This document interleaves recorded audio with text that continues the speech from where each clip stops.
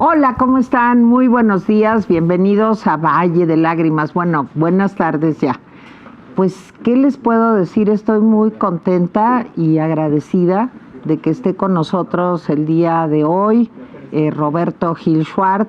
Les quiero decir que él no solamente fue un legislador, senador, diputado, funcionario público, subsecretario de Gobernación, abogado, muy distinguido en nuestro país, pero además es un hombre que está comprometido con la democracia, con la libertad, y que me ha hecho aprender muchas cosas, porque no le vayan a decir, pero yo lo veo cuando sale y habla por ahí en otros programas, que dice que nos hacen la competencia, pues que lo veo y que me gusta mucho cómo analiza y qué perspectiva tiene pues de los graves problemas que tenemos en este momento. Roberto, bienvenido. Gracias, Tere, siempre muy generosa con tus conceptos y tus comentarios. Muchas gracias por invitarme nuevamente. Encantado de estar en Atypical. Saludos a todos quienes hoy nos están sintonizando.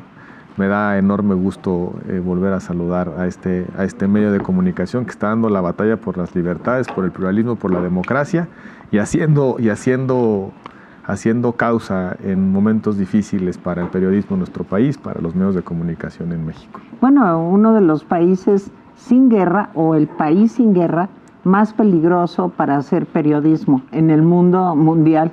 O sea que bueno, sí está complicado. Sí se juegan los periodistas en nuestro país la vida, literalmente hablando, y desafortunadamente no hemos dado a ese fenómeno la dimensión que merece. Los periodistas ejercen su profesión en circunstancias muy difíciles, sobre todo aquellos que relatan o hacen crónicas sobre la violencia en nuestro país. Pero bueno, es un tema que tendremos que enfrentar como sociedad. Eso me da pretexto para que vuelva a venir Roberto. Oye, Roberto, pues mira, yo creo que hay dos grandes temas en este momento en el país. Uno es pues esta pues sospecha, vamos a dejarlo así, de que un grupo o varios grupos de narcotraficantes entregaron dinero al candidato entonces López Obrador, estamos hablando desde 2006, 2012, para sus campañas. Este asunto, nomás hago un pequeño contexto, fue publicado por 3 periodistas importantes, Anabel Fernández, fue publicado por también ProPublica y también fue publicado por un hombre que ha sido, nomás de entrada les digo, y se ha dicho ya muchas veces, 2 veces premio Pulitzer en Estados Unidos, el señor Golden. Entonces, bueno, se da esta situación, curiosamente los 3 publican y los 3 señalan que hubo dinero del narco en las campañas de López Obrador. De entrada, ¿cómo ves esto, Roberto? Parece que las 3 piezas periodísticas tienen la misma fuente. Y yo creo que, en efecto, la reputación de Tim Golden y del propio medio ProRepública pues habla por sí misma. Son medios muy serios, un periodista muy destacado en Estados Unidos, que de alguna manera relata lo que algunas fuentes le sugirieron.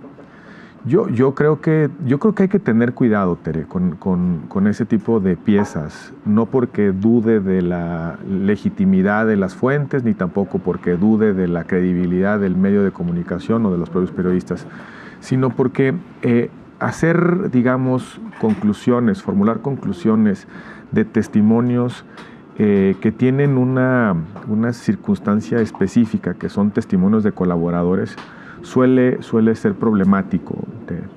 El gobierno de Estados Unidos ha dicho que en efecto esa investigación existió, que en efecto esa investigación fue cerrada en su momento, que no encontraron elementos, incluso en la administración del presidente Obama se cerró la investigación por una decisión del Departamento de Justicia. ¿Pero se cerró, Roberto, o se suspendió? Dicen la frase que han utilizado, con la lejanía de un espectador, la frase que han usado es que fue cerrado el caso. Okay. Lo han dicho los propios voceros del Departamento de Justicia, que sí existió esa investigación, que sí existió ese testimonio de un colaborador, pero que el caso se cerró. Hemos visto también otras inferencias derivadas de testimonios de colaboradores en otros casos. Hay gente en la cárcel precisamente por los colaboradores. Colaboradores son testigos protegidos. Son testigos Entonces protegidos. Hay una negociación entre estos testigos con el gobierno de Estados Unidos y ellos dicen, yo te voy a contar y a cambio de eso tú me rebajas la... Son delaciones premiadas. Exacto. A mí eso no me gusta. Hay un beneficio por decir cosas. Y algunos de estos testimonios se corroboran con otros datos de prueba, con otros elementos, con otros testimonios, con pruebas, digamos, de circunstancias, tiempo, modo y lugar. Pero hay veces que solamente es el testimonio de una sola persona. Yo creo que es una acusación o una especulación muy seria como para que nos la frivolicemos.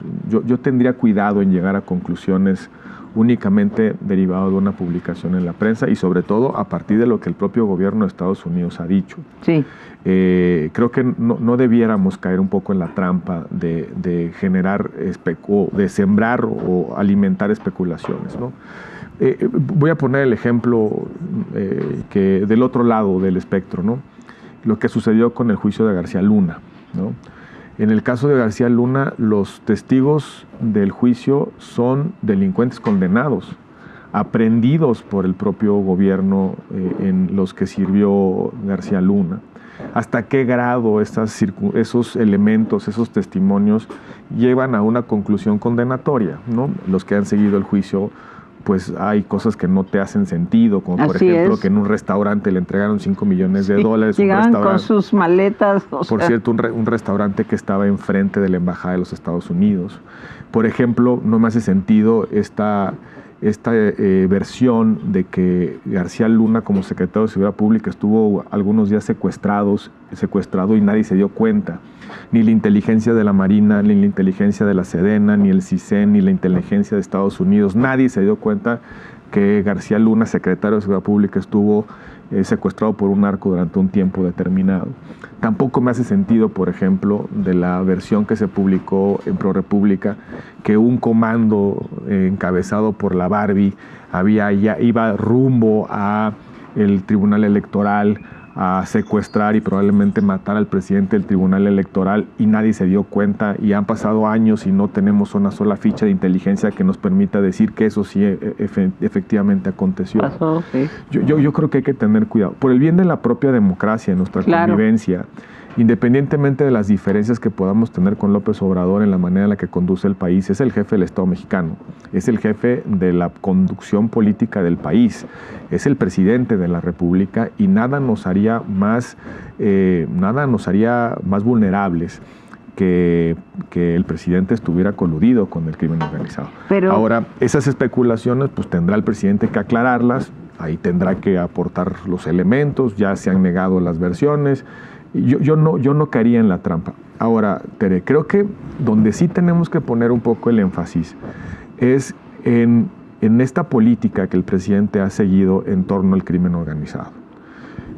Separémonos un momento de estas versiones periodísticas y veamos un poco qué ha hecho el presidente sobre el crimen organizado.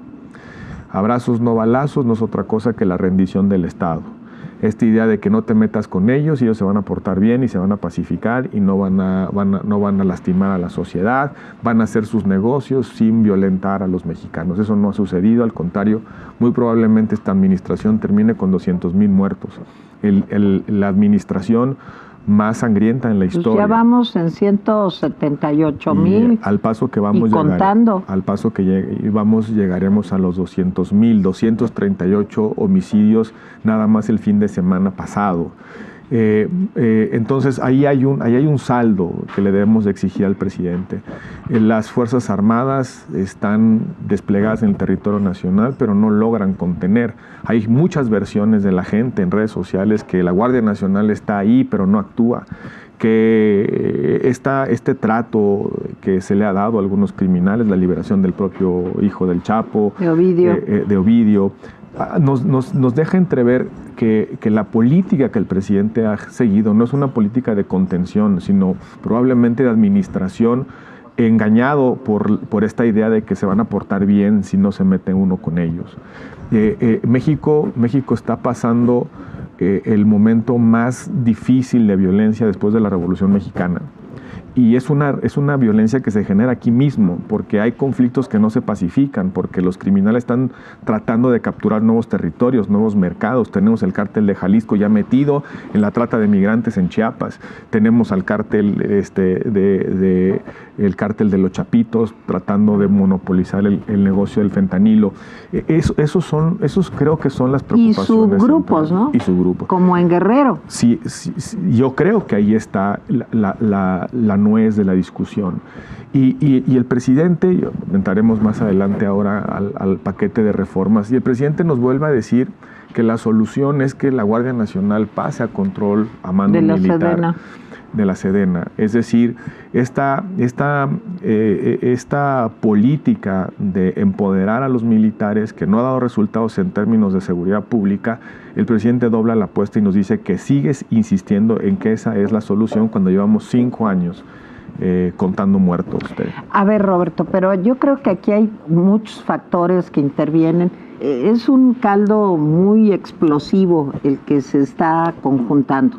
Por un lado, qué curioso que aparecen los 3 artículos el mismo día, pero qué curioso también, pues que Estados Unidos vive un momento muy complicado en donde crecen las posibilidades de que el expresidente Trump vuelva a ser candidato, aunque ustedes no lo crean, esto podría suceder. Y el presidente Biden cada vez pues se siente más obligado a acercarse, vamos a decir así, a las posiciones de Trump, pues para no perder tanta popularidad y la posibilidad de la reelección. Y en esto México juega un papel, y me gustaría que tú me lo explicaras si eres tan amable, juega un papel importante, porque México se compromete prácticamente a ser un tercer país de llegada.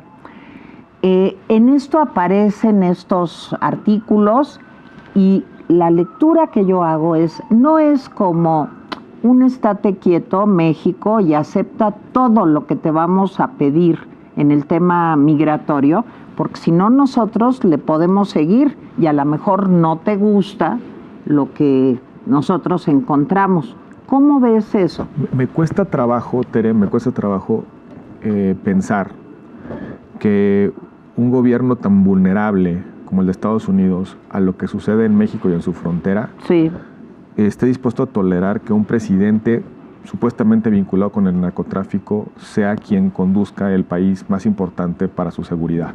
Me cuesta trabajo. Si eso es así, entonces pues las posiciones de Estados Unidos serían hipócritas, ¿no? Si son capaces de tolerar, teniendo evidencia de que un presidente en un país del cual depende la seguridad fronteriza de Estados Unidos y muchas otras cosas, comercio, claro, que lo están dejando hacer dejar de hacer y dejar pasar a un presidente que tiene vínculos con el crimen organizado. Me cuesta mucho trabajo pensarlo. Me cuesta mucho trabajo pensar que esto sea una dinámica de negociación. Me ayudas en lo que yo necesito y entonces te dejo en paz y te sigo tolerando tus vínculos con el crimen organizado, con el narcotráfico. Me cuesta trabajo. Quiero pensar que la relación bilateral es una cosa mucho más seria y que se juega en los valores, en los principios, en el marco de la ley y no de los intereses. Yo quiero pensar eso. Híjole, Roberto, nomás que es un año electoral allá y aquí. Entonces... Y déjame también recuperar otro caso, que también lo vimos todos, la detención del general Cienfuegos. General Cienfuegos fue detenido en un aeropuerto en Estados Unidos y fue regresado a México y condecorado años después. Entonces, ¿hasta dónde también un poco la dinámica de las agencias de seguridad de Estados Unidos tiene su propia lógica? Y de alguna manera eso permea en la relación. Yo no quiero comprarme la versión periodística porque me faltarían elementos, muchos elementos. Fíjate que el otro día tuvimos la oportunidad en mi canal de YouTube Jaime Guerrero y yo, de entrevistar a Raimundo Riva Palacio. Y Raimundo nos recordaba un hecho en Honduras en donde pasó algo similar. Hubo, digamos, una revelación de que el presidente de Honduras en esos momentos tenía alguna relación con el narco, y después se calmaron las aguas hasta que sale de la presidencia esta persona, y que un tiempo después, pues entonces sí se le comprueba que está relacionado con el narco, y pues está preso él y su hermano en Estados Unidos. ¿Cómo ves esto? ¿Podría pasar esto? Y lo voy a poner de esta manera. Okay. No sé si pueda pasar, no tengo los elementos. También ahí está el caso del general Noriega en Panamá. Claro. Y hubo una incursión militar americana. Así es.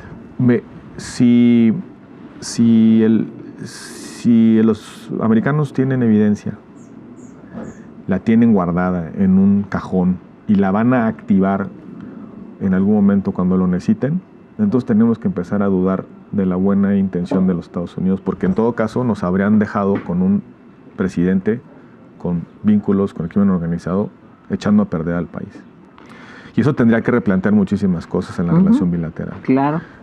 Yo creo que los intereses de Estados Unidos no deben ser nada más los intereses de su propio gobierno, de su gente, sino también los intereses de la seguridad hemisférica, de que América del Norte, que tiene una integración muy profunda, no esté en manos de los delincuentes. Quiero pensar eso. Yo también quisiera pensar eso. Si eso sucede, yo creo que la primera reflexión que tenemos que hacer como país es si podemos confiar en una relación así, basada fundamentalmente en chantajes y basado en actitudes pragmáticas. Dejar a un país gobernado por personas vinculadas al crimen organizado y luego activarlo cuando lo necesitan, me parecería un golpe fortísimo a la credibilidad del diálogo. Yo soy el abogado del diablo ahorita, ¿sí?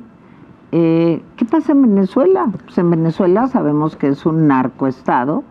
Estados Unidos pues dice que está muy preocupado, pone sanciones. Luego a la mera hora, pues si el hombre Maduro dice que sí va a haber elecciones limpias, pues retira las sanciones. Ahora invalidan a una candidata muy popular, María Corina Machado, y Estados Unidos ahora sí que tiene intereses, no amigos.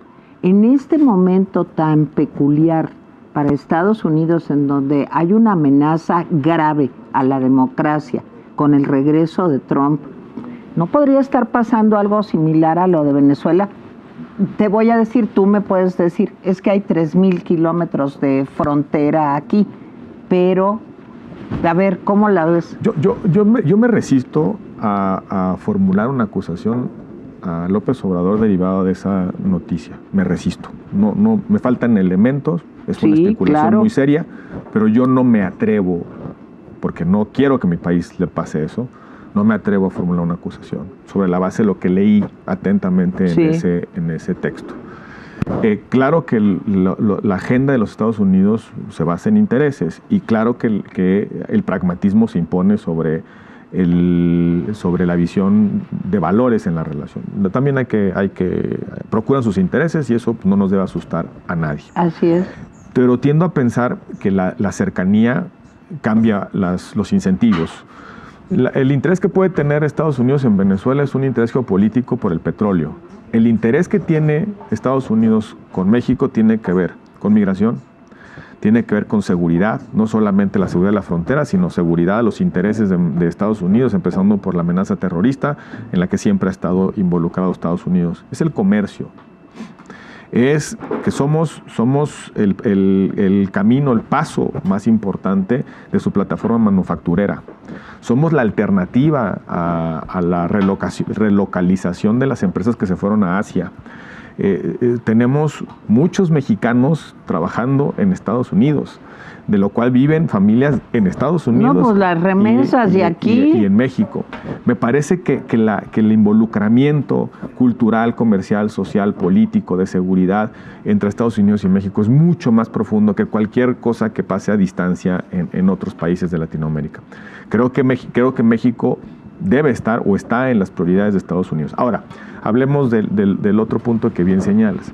Estados Unidos nunca, déjame hacer esta afirmación y no creo exagerar, nunca un presidente había tenido tanto poder como López Obrador en la política interior de Estados Unidos. Porque hay dos temas que dependen de México, sí, que van a decidir probablemente la elección en Estados Unidos: migración y la crisis de salud en fentanilo. Una crisis de salud que está matando cientos de miles de estadounidenses y una crisis política que puede alterar el resultado de las elecciones. Es decir, empieza a haber un malestar social generalizado que está provocando reacciones muy duras de racismo en Estados Unidos, que puede provocar que muchos ciudadanos voten por el Partido Republicano o por las expresiones más radicales del Partido Republicano, encabezadas por Donald Trump. Si el presidente de Estados Unidos, el presidente de México, su gobierno, no ayuda, no auxilia en el control del fentanilo y en el control de la migración, el resultado en Estados Unidos, electoralmente hablando, puede ser muy distinto a lo que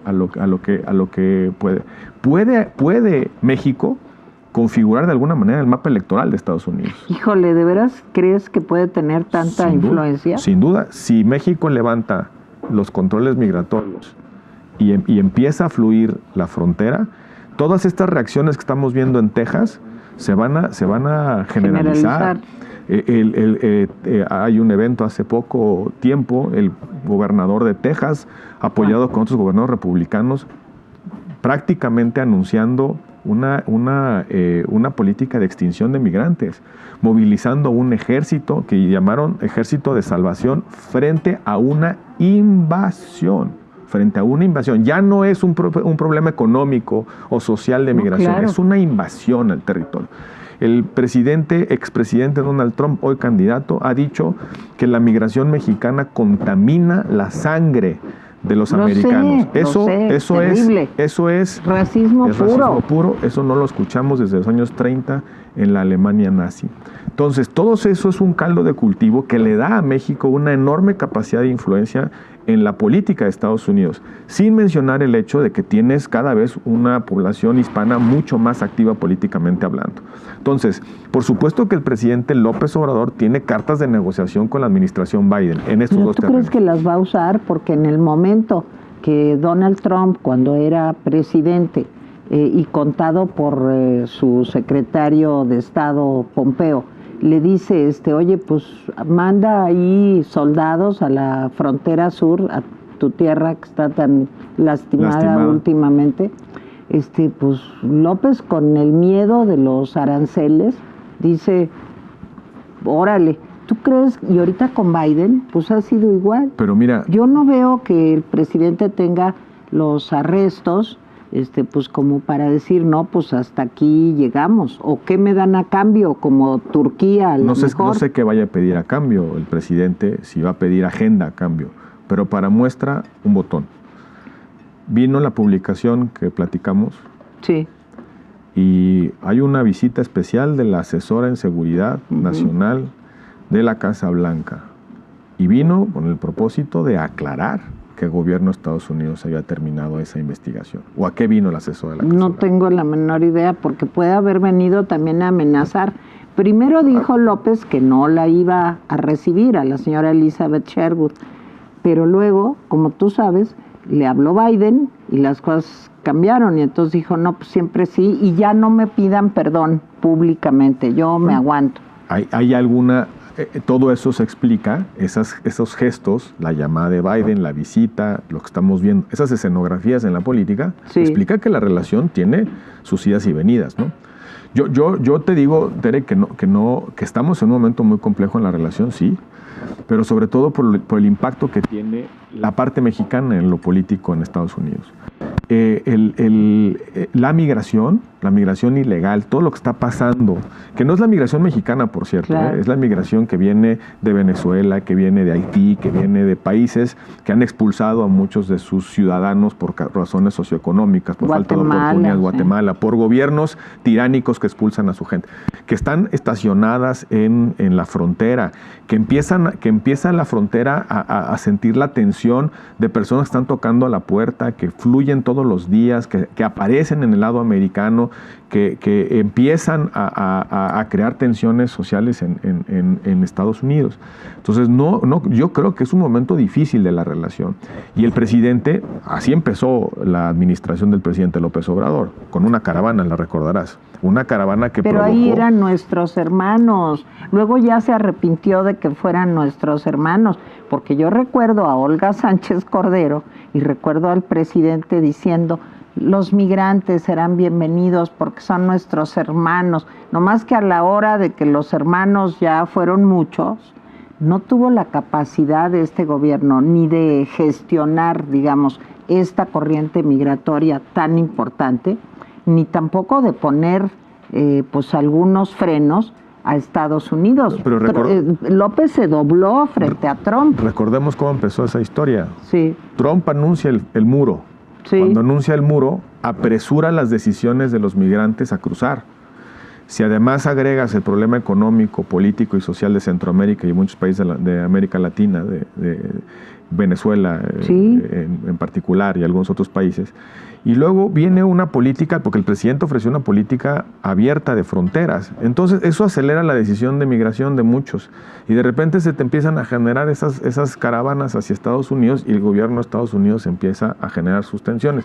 Es cierto que López Obrador ha hecho la tarea que le ha pedido Estados Unidos, que le ha exigido Estados Unidos, militarizó la frontera sur, mandó la Guardia Nacional, tenemos acuerdos suscritos para mantener en México migrantes mientras esperan el proceso de decisión de asilo.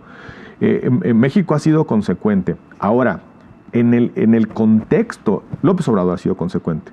En el contexto de la elección de Estados Unidos, ya la migración tiene otro componente. Una cosa es proteger la frontera y otra cosa es proteger el cálculo electoral de un partido y del otro en Estados Unidos, que pasa por la balanza inevitablemente de la migración. No nos engañemos, el Partido Republicano, el gobernador de Texas, otros gobernadores, Donald Trump, va a hacer del miedo, del enojo, de la irritación de la migración la causa fundamental de la campaña electoral. Así funcionan los populistas de derecha.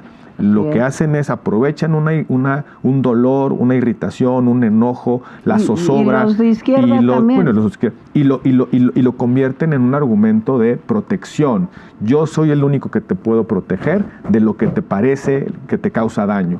¿Qué pasó en Estados Unidos? De repente se fueron las industrias, de repente ya no sirve el ascensor social, mi hija ya no puede ir a la universidad, porque ya hay otros de otro color que se me cuelan en la fila, que ya mi sanidad se precariza, que incluso hay contrastes culturales muy importantes en los barrios, en la comida. Claro. Es lo que le está pasando al medio oeste americano, que esa ensoñación de una América blanca empieza a cambiar desde tus propios vecinos, desde tu propia lengua. Todas esas irritaciones empiezan a generar una tensión social que se canaliza a lo político y termina electoralmente en una conformación de poder específica. Pero déjame decirte algo, Roberto, para mí la desilusión total como ser humano, no lo digo como mexicana, la desilusión total es la violación permanente, persistente de los derechos humanos, tanto por parte de Estados Unidos como de México.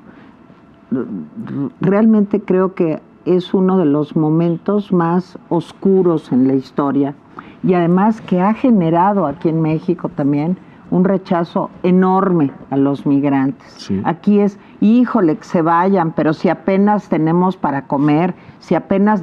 Yo no digo que la desigualdad no sea indignante en nuestro país, pero sí te quiero decir que la violación a los derechos humanos, la falta de empatía, de respeto al otro, es algo que está en picada en Estados Unidos y aquí. Aquí empieza a cambiar la sensibilidad de la gente con respecto a la migración.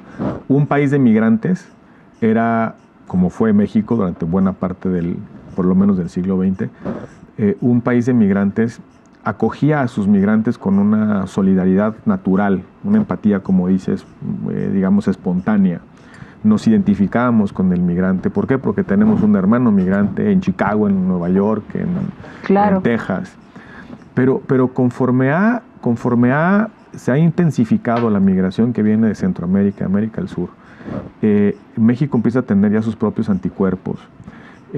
Si uno va, por ejemplo, a la frontera en Juárez, a la frontera en Tijuana, y vemos los asentamientos de los migrantes en las plazas, sin atención médica, sin educación, sin trabajo, postrados esperando, sin vacunas, sin baño, sin ninguna posibilidad de subsistencia humanista, pues. Entonces, la propia gente, los mexicanos empiezan a generar sus propios anticuerpos. No tarda en que nos empecemos los mexicanos a irritar con el tema de la migración. Entonces ya es un problema compartido. Pero insisto, en la parte específica de la coyuntura bilateral, la migración es el factor más importante que puede explicar el triunfo de Trump o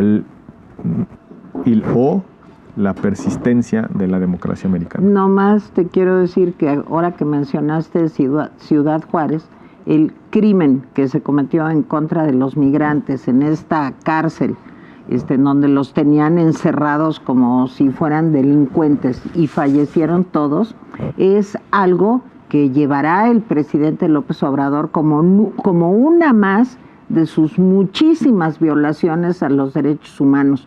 Y te voy a decir otra cosa, el director del Instituto Nacional de Migración no ha sido tocado, pero ni con el pétalo de una rosa. El señor ahí sigue tan campante.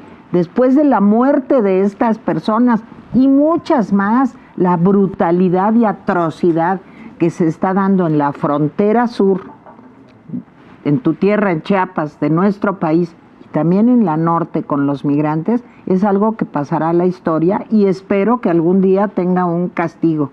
Y esto no es cosa de testigos protegidos, no, esto lo estamos viendo y no nos importa. Eso es lo peor. La primera rendición de cuentas es la electoral, ¿no? Ojalá. Y que ojalá también sea parte del análisis que hacemos los ciudadanos en los 30 segundos que estamos a solas en la boleta. Ahora, como les gusta decir a ellos, el caso de Ciudad Juárez, como les gusta decir a los propagandistas de la izquierda, ahí sí fue el Estado. Ahí sí fue el Estado, pues sí, porque claro. Fue un funcionario que salió corriendo en un centro de detención en llamas y cerró la puerta. Ahí fue el Estado, ahí claro. Hay omisiones oficiales. Ahí no hay que investigar, ahí está. Ahí están. Oye, los Roberto, pero yo no quiero que se nos vaya a acabar el tiempo sin que hablemos en Estados medio Unidos. de todo este desmadre que están ustedes oyendo, que si Trump, que si México, que los migrantes, que si el narco metió dinero a la campaña de López Obrador. Pues sale el presidente el 5 de febrero con la gracia que ya había anunciado de que presenta 20, pues que ahora ya más bien son como 18. Son 18 constitucionales, Sí. 2 legales. Propuestas de cambios constitucionales, 18 como precisaba nuestro invitado Roberto Gil.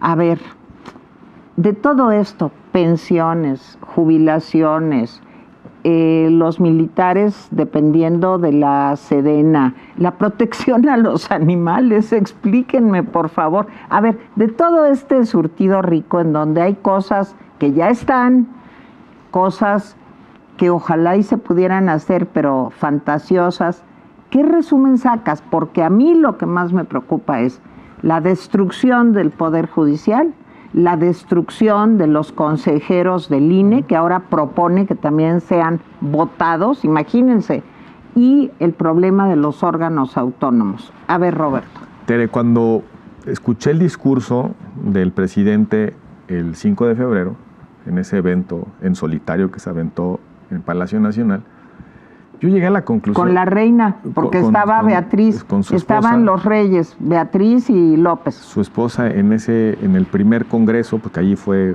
el Parlamento mexicano, buena parte del siglo XIX, en esa sede. El presidente, yo pensaba que el presidente estaba haciendo un acto de campaña. Dije, es el 5 de febrero, va a presentar sus iniciativas, unas van a ser muy populistas, muy populares, otras van a ser polémicas. El presidente está llenando el vacío de la intercampaña, está dando el pretexto para poder salir en la mañanera, para que hablemos de él, de sus propuestas, para estar en la boleta sin estar en la boleta. Yo pensé que iba a ser un poco esto de un evento de propaganda política que va a andar motivando las discusiones en todas las mesas y qué opinamos de esto, que iba a arrinconar a las oposiciones para decir estoy a favor de esto, pero no de esto, para tratar de generarles un costo a quienes se opongan a lo que es muy popular de la reforma. Pero luego escuché el discurso de la candidata de Morena.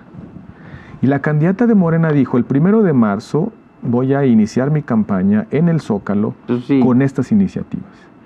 Entonces, lo que yo pensé que era un discurso de campañero del presidente, ahora me dice la candidata que es su programa de gobierno. Ya no me importa, no me parecía relevante lo que el presidente decía de salida, de dejar ahí su testimonio de lo que quiso hacer, no hizo, y ahí mira, sí tenía preparadas iniciativas, ya ahí se las dejo. Me parece preocupante que ese sea el libreto del gobierno que quiere Claudia Sheinbaum. ¿Y qué significa ese libreto del gobierno que quiere Claudia Sheinbaum? Presidencia omnipotente, sin controles ni contrapesos. Los órganos autónomos son un límite técnico al poder del presidente. El presidente está controlado, por un lado, por el Congreso, cuando tiene pluralidad, y por el Poder Judicial, un Poder Judicial que hace valer la Constitución y la ley. Son los dos contrapesos. También tiene otro contrapeso que son los estados en el federalismo. Pero de los años 90 para acá les creamos un contrapeso técnico al presidente que eran los órganos autónomos. Hay funciones ejecutivas que se las quitamos al presidente y se los pusimos en órganos con independencia para que razonen esas decisiones de manera técnica. La Comisión de Competencia Económica, los órganos reguladores en materia de energía, el INAI, para que el presidente no tuviera todo el poder. También, el INE. Entonces, ¿cómo la democracia mexicana hizo que el presidente fuera más acotado? Congreso plural, Poder Judicial independiente, federalismo vivo, vigoroso, también plural, y por el otro lado los órganos constitucionales autónomos. Y lo que dice López Obrador y le hereda a Claudia Sheinbaum es, quiere romper el pluralismo del Congreso. ¿Por qué? Porque quiere que en el Congreso solo exista una fuerza política. Claro. Quiere regresar a los tiempos del sistema electoral mayoritario del PRI, donde el que ganaba en la boleta gana todo y los demás no entran y a la calle. Quiere que el Poder Judicial sea la representación de su partido. Quiere jueces con chalecos morados de los siervos de la nación. Pero también eso puede implicar jueces narcos. Porque te voy a decir, el cártel Jalisco Nueva Generación o el de Sinaloa o los Ardillos o como se llamen, chiquitos o grandotes, pues ellos pueden decir, ¿qué pasó mi magistrado? Pues yo le voy a meter una lana y lo voy a apoyar para que usted llegue a la... Fíjate, que pudiera haber un magistrado presidente del Tribunal Electoral. A ver, Roberto, nomás dime. Y además, no solamente los narcos, también los intereses económicos, también los intereses fácticos, los sindicatos, y pueden alterar las relaciones de poder en el país. Pero también nos dice, ya no quiero ocuparme de lo que dice López Obrador en las iniciativas que firmó, sino lo que dice Claudia Sheinbaum en las iniciativas que abrazó, que también quiere la desaparición de los órganos autónomos para que no haya transparencia. Es que ella tiene mello. No haya transparencia, para que controle la política energética, para que la competencia en los mercados la tenga en sus manos el gobierno y no un órgano que esté vigilando permanentemente que los precios y la calidad de los productos y los bienes y servicios que nosotros compramos tengamos acceso pleno en condiciones de competencia. Dice, quiere eliminar todo eso. Y también de manera muy preocupante, quiere militarizar o quiere terminar con quiere darle la siguiente vuelta a la militarización de la seguridad pública. a la militarización de la seguridad pública y también a esta insensatez de utilizar de manera masiva la prisión para tratar de resolver los problemas de justicia en nuestro país. Ya le dijo la Corte Interamericana, sí, hombre, ya le dijo al Estado mexicano que no se va a la prisión preventiva oficiosa. Claro. Vuelve a utilizar la prisión preventiva ahora para oye, pues ahí tiene a Murillo, entre otros, viejito que ya está muriendo, y ahí lo tiene. Como si fuera la prisión preventiva la solución para la impunidad de nuestro país. Y nos dice, ya no López Obrador, nos dice Claudia Sheinbaum que ella cree que hay que prohibir los vapeadores en la Constitución. Yo aquí tengo uno, miren, es un objeto terrible, es pecaminoso, tengan cuidado. Sin saber las implicaciones de una prohibición absoluta al mercado negro. Esa película ya la vimos con las drogas. Yo acabo de estar en Nueva York a fin de año y te quiero decir que todo el mundo, me dio envidia de veras, porque todo el mundo pues en la calle vapea o fuman mota. A mí me veían, si sacaba yo un cigarrillo, me veían así como viejita anticuada, porque aquí todo el mundo fuma mota. O sea, digo, la libertad. La libertad. Pero independientemente del prohibir, de la libertad, la insensatez de utilizar la política criminal para regular mercados. Lo que pasa es que se generan mercados ilegales que destruyen a la comunidad porque provocan violencia, porque enriquecen a los delincuentes. Esta insensatez es que ya no es una posición de López Obrador, para mí ya es una posición de Claudia Sheinbaum. Esta insensatez de prohibir los opiáceos. Mi papá es anestesiólogo, sabe lo que significa el fentanilo para tratar las terapias del dolor. Y nos dice que lo va a meter en la Constitución esa insensatez. Es que es de una profunda ignorancia todo lo que dice. Pero lo que me preocupa es que que esa ignorancia, es hereditaria, ya es el proyecto de gobierno de la científica. Pero mira, Roberto, nos vamos a tener que ir porque aparte tenemos para el cierre de veras un invitadazo que yo le ruego a Roberto Gil que se quede con nosotros porque también hay cosas padres que pasan en este país. A pesar de López Obrador y de la señora Claudia Sheinbaum, pasan cosas padres en este país y ahorita vamos a hablar de una de ellas. Pero fíjate, lo que pasa es que ella tiene mucho miedo porque ella no enciende, pero ni un boiler. O sea, te quiero decir que es como un congelador. Eso que dicen, no, es que Xóchitl no prende, es que Xóchitl, Híjole, pues si Xóchitl no prende, Claudia, bueno, está en el Polo Norte, en Groenlandia. O sea, no prende, te digo, nada, ni un cerillo. O sea, no puede. Pero imagínate. Y tiene pánico, pues que además, si no se porta bien y si no obedece al caudillo, pues en ese momento, pues le dicen, querida, ¿te acuerdas que hicimos una revocación de mandato? Que por cierto ahora quiere bajar el porcentaje. Ella tiene mello, porque no sirve, porque es muy mala candidata y además, pues porque tiene la sombra de su papá, ¿verdad? Es algo, su patrón, para decirlo claro. Es algo que yo no entiendo. Difícil de entender, pero bueno, parece que... Oye, Roberto, ven otra vez, ¿no? Porque siempre tengo muchas ganas de platicar contigo. Es un placer pero estar contigo. Tenía yo una sorpresa, y a ustedes también, y es la presencia del gran escultor, artista plástico, Sebastián, que no se llama Sebastián, que se llama Enrique, ¿verdad? Qué gusto, sí, Enrique Carvajal, para servirles. ¿No? Oye, qué gusto nos da, Sebastián, que vengas. Con no sabes mucho cariño, cómo te lo con agradecemos. Mucho gusto. Porque miren ustedes qué cosa tan maravillosa tengo aquí. Este es un libro que se acaba de publicar y que acaba de ser presentado en el Museo Nacional de Antropología e Historia, nada menos y nada más que por el doctor Eduardo Matos Moctezuma, entre otras cosas, galardonado con la princesa, con el premio Princesa de Asturias, pero es un príncipe también, ¿eh? Sí. Ganó Freud ahorita, porque de veras es un príncipe. Sí. Y bueno, pues Sebastián ha sido objeto con el pretexto de este libro maravilloso, escrito además por Eduardo Matos, que esto tiene un valor enorme. Y este pretexto ha servido para que hagamos un homenaje a este gran artista plástico mexicano que ha hecho cualquier cantidad de obra monumental a lo largo y ancho de nuestro país y que ustedes conocen simplemente por el caballito que está ahí en Paseo de la Reforma frente al edificio de la Lotería Nacional. Pero además yo pues conozco la obra de Sebastián de muchos años. He tenido la oportunidad de entrevistarlo un par de veces y siempre ha sido algo muy importante en mi vida. Y con mucho orgullo, Sebastián, de que haya un artista como tú en nuestro país. Cuéntanos por qué el Chacmol. A ver, bueno, y aparte te voy a decir que aquí Roberto Gil es de Chiapas. Entonces, claro. A ver, cuéntanos del Chacmol. No, pues qué gusto estar en tu programa y estarte contando de mi más reciente exposición.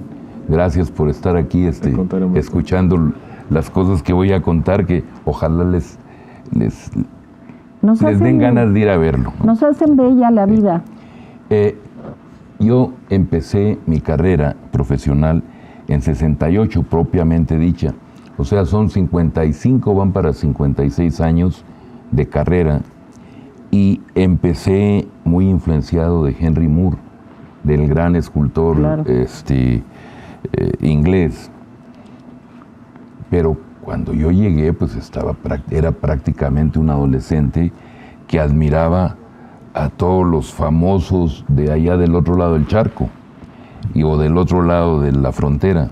Y yo creía que eso era a donde uno debía de llegar. Equivocado. Pero vi a Moore y pues me prendí del maestro. Era tan fuerte que yo soñaba que me daba clases. ¡Qué padre! Y me enseñaba a hacer escultura. Y aprendí a hacer escultura. Oye, tus estos desdoblados, hijo, sí. Qué padre.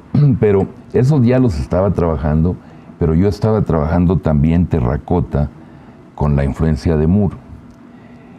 Y me di cuenta que Moore, con sus propias palabras, en entrevistas, habló de que él había bebido de las piezas icónicas de la cultura prehispánica, maya, olmeca, tolteca. Sí. Siempre aparece esa figura. El Chacmol. El Chacmol. Entonces me di cuenta y dije, bueno, yo soy mexicano, no tengo que ver hacia allá, sino tengo que ver a mi origen, a mi raíz, analizarlo, beber de eso, transformarlo y hacerlo presente nuevamente.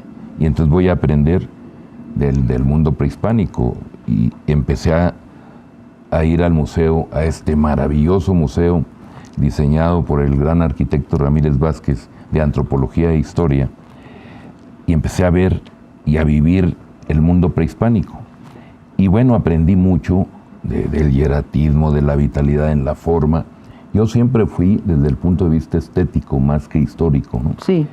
Y entonces empecé a hacer en 68 mi primer Chacmol, que era con influencia de Moore, pero luego a través de los 50 y tantos años seguía haciendo la figura del Chacmol, repitiéndola, aparte de todo lo que yo hice como obra monumental, como otro tipo de obra, nunca abandoné la figura del Chacmol.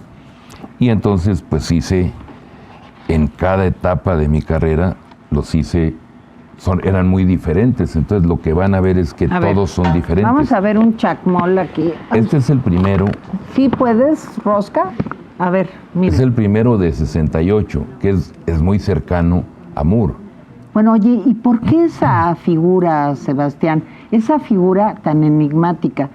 Te voy a decir, yo soy psicóloga y a lo mejor le echo tantita crema a los tacos, pero bien. Yo veo el Chacmol siempre como una figura que está evadiendo, que está viendo de lado, que está volteando de perfil. ¿Por qué te llamó eso tanto la atención? Me llamó la atención por las figuras reclinadas de Moore que estaban resueltas de una manera genial, pero eso es el Chacmol. Está enigmático, en una posición imposible. Exacto. Que humanamente uno trata de ponerse y no se puede, y no se puede voltear la cabeza. Bueno, sobre todo a nuestra edad, yo pues menos, ya casi no puedo nada, ¿verdad? O sea, entonces, perdón que se me seca la boca. No, llégale.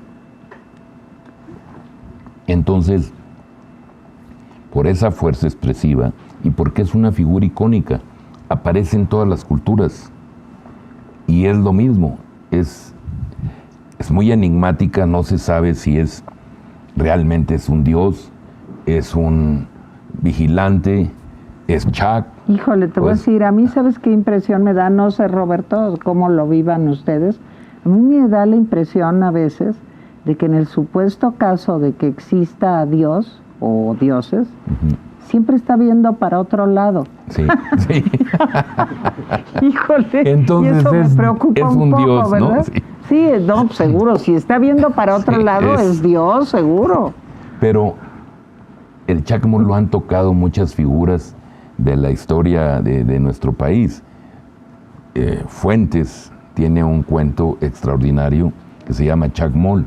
Ay, fíjate, yo no he leído eso, qué padre que nos dices. Es muy bello, sí.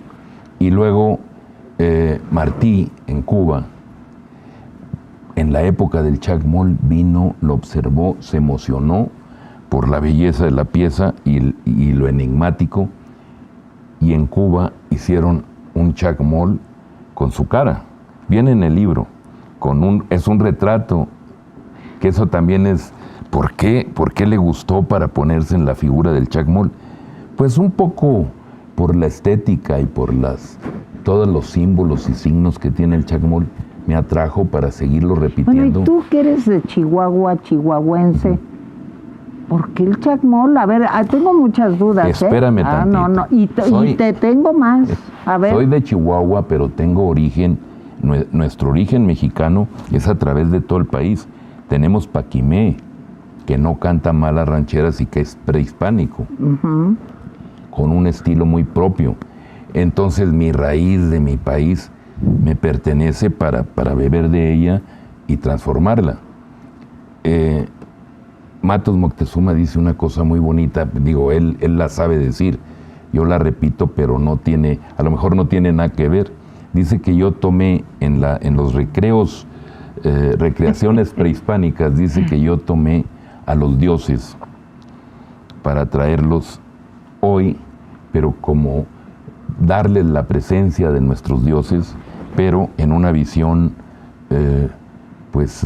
más industrial en el color y en la forma, pero que siguen teniendo la presencia del pasado al presente. A ver, ¿y tú por qué involucraste o cómo se involucró Eduardo Matos, hombre a quien yo quiero personalmente muchísimo? Trabajamos juntos en alguna época muy lejana de mi vida ¿y cómo se involucró en esto? Mira, él es genial y muy preparado y conoce a fondo la raíz prehispánica. No, hombre, pues... Entonces, nos conocemos de hace tiempo y cuando yo hice mis recreaciones prehispánicas, se las mostré y le dije, pues escríbeme algo. Y fue cuando empezamos a tener la relación y escribí un texto muy bonito. Y de ahí nunca le dije, yo sigo haciendo chacmoles. Exhibí unos chacmoles, y después lo llamé y le dijo, oye, tengo una producción de toda la vida, mira, y se emocionó, y le digo, y me dijo, él fue el que me dijo, oye, mira, si vas a exhibir en antropología, está bien, pero exhibes, se acaba la exposición, y ya, no queda más que la vayan a ver. Necesitamos hacer un libro. Claro. Le digo, lo hacemos. Oye, y ahorita está la exposición en el Instituto Nacional de Antropología e Historia, ahí donde nos saluda a la entrada Tlaloc. Sí. Sí, que hace falta que se ponga un poco más despierto, ¿verdad? Y bueno, Torres Bodet y Ramírez Vázquez llegaron a la idea de que toda la tradición y toda la raíz mexicana debía estar acompañada con sus hacedores plásticos de cada momento en la transformación de la expresión plástica del país. ¿Cuántos chacmoles vamos a poder ver 35. Ahí? 35. Sí. Hijo, Sebastián, qué padre, de veras, por eso me pude encanta. entrar, por la tradición del museo. ¿Cómo ves, Roberto? Padrísimo, padrísimo. ¿Vas a ir? Sí, por supuesto. Yo también, mismo fin de semana, yo quiero ir a verlo. Me antoja de veras muchísimo. Es muy bonito el contraste, porque hay en todos los jardines del museo y hay en la parte de galería del museo arriba, hay todos los chacmoles en maqueta. Hijo, qué y está padre. El pequeñito de 68. O sea, Oye, está toda la historia. Tienes también que venir y que un día hablemos de arquitectura. porque yo creo que es tu tema. Qué bueno que lo tocas porque el 16 de este mes ponemos la primera piedra en una gran arquitectura en Monterrey. No te digo más, ya que se ponga la primera piedra, Sí. entonces ya puedo hablar del proyecto. Pero Se llama Cuántica. Tienes que venir para que hablemos de arquitectura, de diseño y de otras cosas. ¿Cómo está que la gustes. cultura en México, Claro, verdad? Que es con otro mucho tema que a muchos nos preocupa, muchísimo. Sí, así es. ¿Sí? ¿Sí? Mi querido Otro sector Ro- abandonado. Otro sector súper abandonado. Pues, ¿cómo ves, Roberto Gil? Cerramos con algo bonito, ¿no? Por lo menos algo bonito en este país. Muchas Oigan. felicidades, maestro, y que sea una Qué amable. exitosa exhibición. Muchas gracias. Oigan, se me quedaron muchísimas preguntas para Roberto Gil Suart y muchas preguntas también para el gran escultor mexicano Sebastián. Pero Dalia nos va a decir va a haber una, porque ya se nos acabó el tiempo, una preguntita del público o comentario. Teresita, ya tenemos... Es la 1000 niña likes. más bonita, No, tú, Angelita Teresita. Dalia, sí Tú lo eres la es, más sí lo bonita. es. Tú eres la más bonita, Teresita. Ya estamos prácticamente en los 2000 likes y tenemos 2 mensajes súper rápidos. Patricia Terrazas adquirió una membresía a Typical TV, muchas gracias. Y María Muñoz nos manda una aportación, muchas gracias. Ay, María, muchas gracias, siempre nos apoyas, Sí. nos ves, gracias. Y comenta toda mi admiración para Tere y mi paisano Roberto. Eso. Queridos amigos, pues se nos acabó el tiempo. No saben de veras cómo disfruté la plática. ¿Saben lo bueno de ser periodista? Que aprende uno un chorro, porque habla uno con pura gente inteligente. Y entonces te va quitando lo burro. Bueno, a mí, en mi caso, pues me ha costado tantito trabajo, ¿verdad? Pero pues ahí voy. Sebastián, qué gusto de veras, muchísimas gracias. Gracias Tienes a que ti. volver. Y Roberto Gracias, también, al contrario. no es algo así nomás de dientes para afuera. Siempre aprendo mucho y te Muchas agradezco gracias, mucho que estés aquí. Encantado de estar con Y a ustedes, gracias por habernos acompañado en una emisión más de Valle de Lágrimas. Pues sí hay cosas para llorar, pero también hay un chorro de cosas para que veamos que la vida vale la pena, como los chacmoles de Sebastián. Qué Muchas lindo, gracias. muchas gracias. Gracias, amigos.